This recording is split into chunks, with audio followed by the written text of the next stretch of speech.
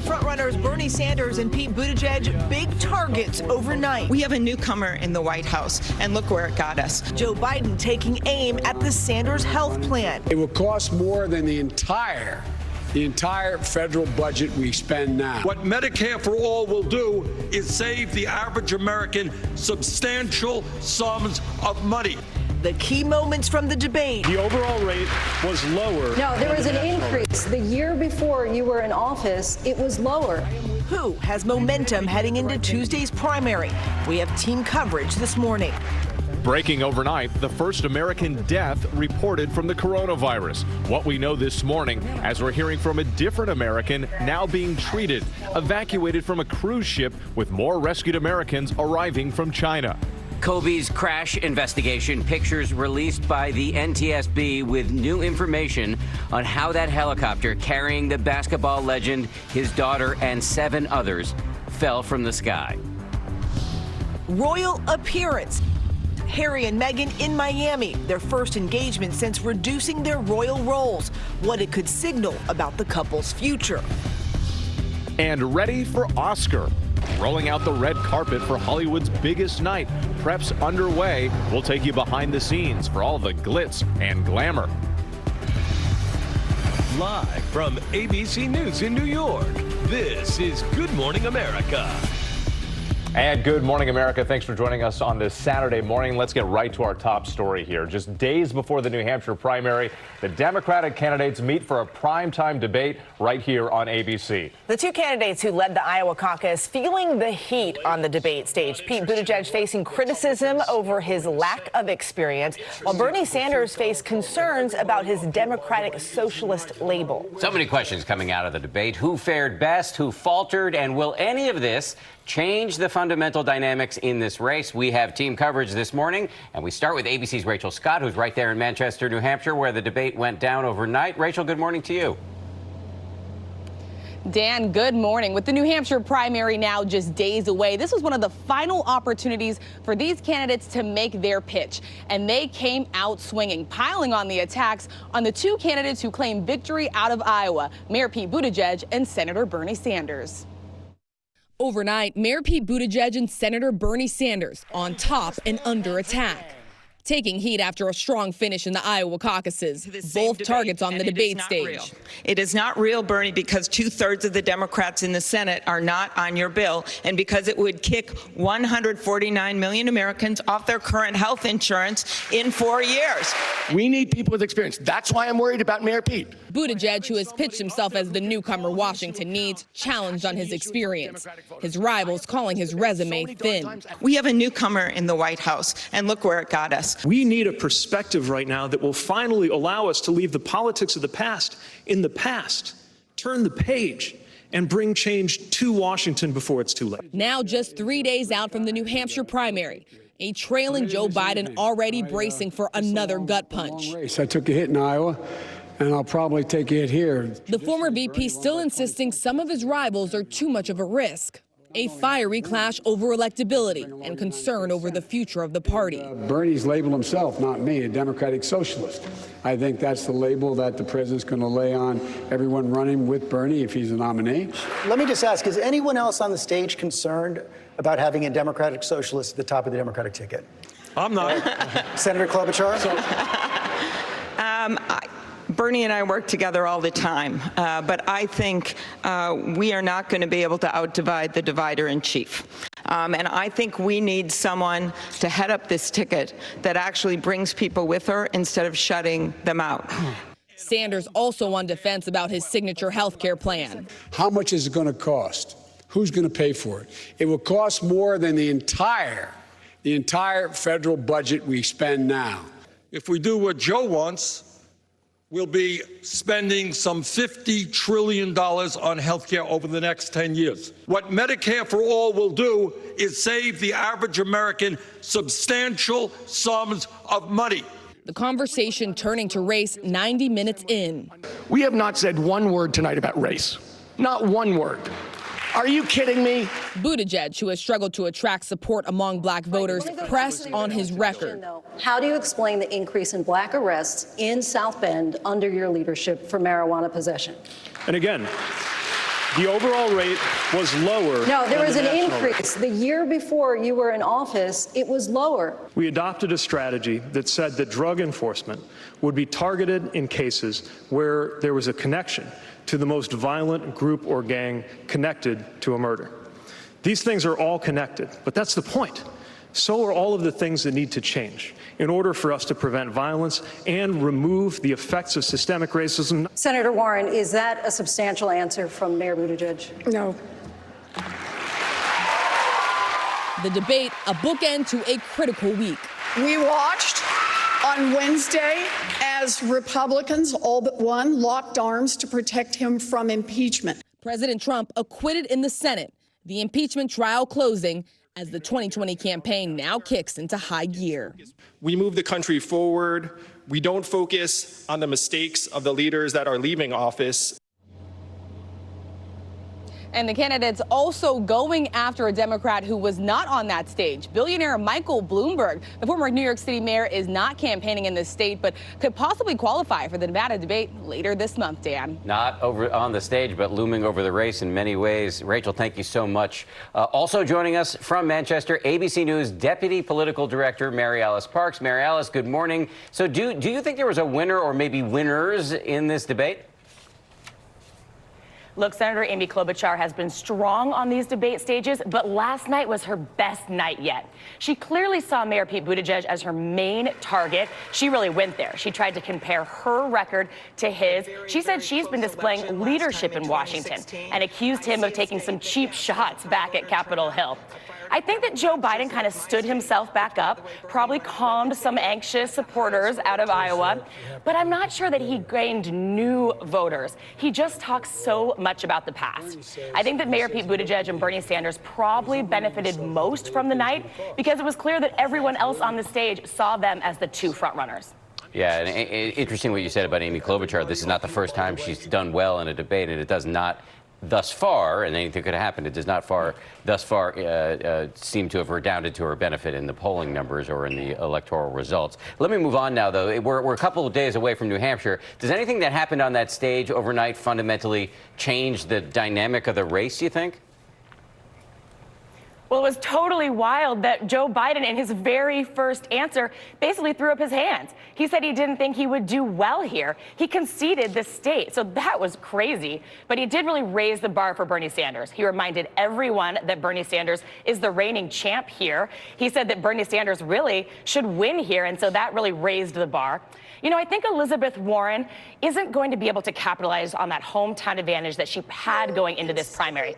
Boston is only 45 minutes away. She should really do well here, but she just didn't really shine last night. She kind of retreated in some of her answers. I found her pretty underwhelming. So we've just come out of this dumpster fire in Iowa where everything fell apart. How does that impact the race going forward, you think? Well, there are some major trust issues right now. The National Democratic Party is pointing fingers back at the Iowa State Democratic Party, and that makes donors and organizers really nervous that the party just has a handle on election systems going into the next primaries and the next caucuses. Remember, Republicans employ top-notch data and technology, and Democrats are worried that the party just doesn't have their ducks in a row. This is not the kind of drama that a party needs at this moment when they should be switching into high gear. Mary Alice Parks, an ace from our political unit. So glad to have you on a Saturday morning with your expert analysis. We really appreciate it. And I do want to remind everybody, we will have continuing coverage leading up to the New Hampshire primary right here on ABC News and 24/7 on our ABC News Live channel. That's our streaming channel, available right now. Breaking news and analysis around the clock. Eva, over to you. Well, turning now to the breaking news about the coronavirus and the report of the first American to die from the illness. This comes as a cruise ship passenger diagnosed with the virus is speaking out about her ordeal. ABC's Will Carr is in Santa Monica with the latest. Good morning, Will. And Eva, there's still a lot that experts don't understand about this virus, but we're seeing that it can spread quickly in confined spaces like that cruise ship. We're also seeing the death toll jump every single day. This morning, more than 700 people have died from the coronavirus, including the first American. This morning, the first American has died from the coronavirus since the outbreak began. The U.S. Embassy confirms the 60-year-old victim was being treated at a hospital in Wuhan, China. Also this morning, for the first time, we're hearing from an American infected with the virus. Rebecca Frazier tells ABC News that she's among at least a dozen others who have contracted coronavirus on board this cruise ship off the coast of Japan. The ship remains quarantined. The only thing that I was told yesterday when I found out I was quote-unquote diagnosed was that the hospital stay would end up being 14 days instead of the initial 3. That's very concerning to me. So far, her husband has tested negative. I'm concerned because my husband is still on the ship, and what is he supposed to do if he's released and I'm not? Overnight, another flight evacuating from the hot zone, carrying Americans from Wuhan, arriving in the U.S., this time at a military base in Nebraska. All 57 passengers will now be quarantined for at least 2 weeks. This is some evacuees have been split from their families. Frank Wachinski and his 3-year-old daughter are quarantined in California. Frank's wife was forced to stay behind in China because she's not a U.S. citizen. He just found out she's become infected with coronavirus. She had a fever. She had chest x-rays, which show, fluid building up. She's having problems breathing, keeping food down. With that latest flight coming back to the United States, there are now more than 1,000 Americans who are quarantined on military bases all across the country. Whit. Incredible what they're going through. Will Carr for us. Thank you.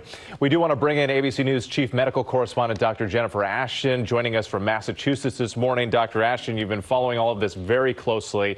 First, I know you've also been speaking with officials at the National Institutes of Health, and I understand you're learning more about the numbers being reported here. Exactly, Will. And it's really important when we hear these numbers. We have to pay attention to the numbers in China and then distinguish that from the numbers here in the U.S. The concern about the numbers in China is that not all people who may be infected or even sick with this novel coronavirus may be able to be tested. So when we hear that number go up 30,000, 32,000, remember there are 11 million people in Wuhan, and obviously the Chinese do not have the ability right now to test everyone in that area. So we have to interpret those numbers with caution because they may or may not be accurate. And aside from the uncertainty about the numbers, what are the other challenging aspects of this global health emergency, and specifically the ability of countries to work together on this? The biggest thing right now, Whit, is that the CDC has not been allowed inside China and on the ground to evaluate the data and assess the clinical response. We're hoping that will happen any day now. But again, in terms of the response, especially here, the ability to identify and then isolate with quarantine and travel restrictions, while it may not be convenient, is key to containing this outbreak. Absolutely. Dr. Ashton for us. Thank you so much. We appreciate it. Dan, over to you. Thanks, Whit. Thanks, Jen. Now to the fallout from impeachment. President Trump retaliating, firing 2 men who testified in those House impeachment hearings. ABC's Kira Phillips is at the White House with more on this story. Kira, good morning. Good morning, Dan. Well, still riding his post-acquittal high and taking questions from us for the first time since being cleared of the charges leveled against him, I asked the president about political revenge.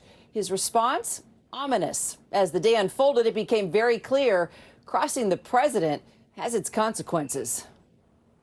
2 of the key figures who testified in the House impeachment trial now out of a job. Overnight, EU Ambassador Gordon Sondland recalled from his post, effective immediately.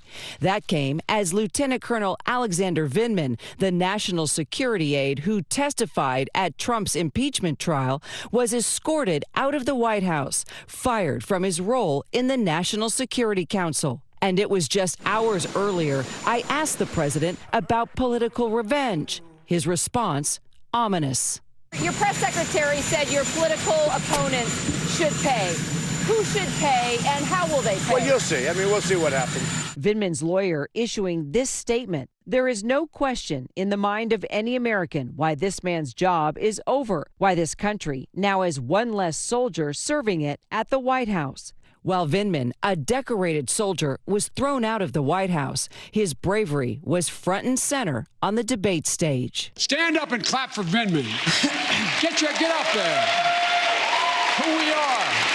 That's who we are. We are Emboldened by his acquittal, I asked the president if he still wants Ukraine to investigate his political rivals. You have been acquitted. Do you still want the Ukrainian president to dig up dirt on your political rivals like Joe Biden? No. However, it was just this week the president's personal attorney, Rudy Giuliani, told NPR he has not been called off the case. Let me frame it a different let's way. put it this way. Are you still investigating? He hasn't told me not to do it. He hasn't told me not to do it. Well, Vindman's twin brother, also an Army lieutenant colonel, was too serving at the NSC as a lawyer focused on ethics. He was also fired suddenly and with no explanation, according to his lawyer. Now, all of this raising the essential questions, Eva, as we move forward. Who else could be in the president's crosshairs? Sources close to the president telling us, quote, he's house cleaning all of those he sees as being disloyal to him. Eva? And we'll have to keep watching to see who else is pushed out. Thanks, Kira. And now to the investigation into that deadly helicopter crash that claimed the life of Kobe Bryant, his daughter, and 7 other people. The NTSB releasing its preliminary report on the accident, but not listing a cause for the crash. ABC's Zachary Keish joins us with what we know about this investigation so far. Good morning, Zachary. Eva, good morning to you as well. Still surreal on many levels. Kobe Bryant traveled by helicopter on a regular basis. So one of the first questions that people had after this accident was what happened. Investigators now say evidence suggests there were no signs that the engine or rotors failed. As investigators piece together what's buried in the wreckage, overnight new details released by the NTSB. Officials now say there were no signs the rotors or engines failed, adding they appeared to be operating at the time of the crash. I just heard a helicopter go over me. It went over my head. It thick in clouds, and then I heard a pop, and it immediately stopped. The helicopter carrying Kobe Bryant, his daughter Gigi, and 7 others fell from the sky outside of Los Angeles, killing everyone on board. They'll have to dig deeper and look at other parts of the helicopter, but as of now, the airplane was functioning normally right up to impact. According to the report, this is a photo of that helicopter disappearing into the Sunday morning fog and clouds. Investigators are trying to determine whether that heavy fog played a role. The pilot radioed into air traffic control saying he was going to climb above the bad weather. The helicopter climbs, but this image also shows the helicopter turning left. Then suddenly, a quick descent into the Calabasas hillside. Was it because the pilot was disoriented, didn't know which way was up, or was there a mechanical malfunction that caused a loss of control and doomed the helicopter? Mistake. Following the crash, lawmakers in California have proposed added safety systems on commercial helicopters. Right now, terrain awareness systems are not required, but again, they're moving that direction. All right, Zachary Keish, thank you very much. Thank Great you, to guys. see you on a Saturday morning. Let's switch gears now and check the weather. It's over to Rob. You got a big storm, one moving out, one coming in. Yeah, this one went coast to coast, and we had a high impact with it, a lot of wind and a lot of snow, and we've got a couple more down the pipeline. This is central New York, Utica, right smack in the middle of the state. They had about 10 inches of snow there, slowing traffic down, having to dig things out. And wind was an issue as well. Here's Dennisport with the flag flapping and the trees down, power lines down as well. We had an 80-mile-an-hour gust on the Cape yesterday, and winds gusting to 60 miles an hour all the way down to South Carolina. Weather advisories out in the winter variety down around Cincinnati, Louisville, actually North Georgia out with a winter storm warning now. Could see 2 to 4 inches of snow, really above about 1,000 or so feet, but that's Georgia, and that's a slick go of it for sure. Blizzard warnings out for parts of the West, including high wind watches and warnings for parts of California with this. A couple of systems really that are coming through, Valley Rain Mountain snow, and some snows coming into, say, La Crosse, Wisconsin, and Rochester, Minnesota. Could see 6 to 8 inches of snow there, and this will get into the Northeast on Monday with some rain stalling out across parts of the South. That's checking what's happening nationally. It's time now for a look at your local forecast. Well, hello, and what a difference a day makes. We had the severe weather yesterday morning. Cooler air spilled in, some snow showers last night. Today, dry conditions, 45 degrees to start the weekend. Don't forget the D.C. Defenders. They're taking on the Seattle Dragons, their inaugural home opener here at Audi Field. That will be at 2 o'clock. 49 degrees on your Sunday, a dry, nice end to the weekend. Now, getting into early next week, rain returns on your Monday, 53 degrees. Chances for rain through Thursday of next week. Here we are, the weekend after the Super Bowl. What to do Can we not talk about that, please? Oh, yeah.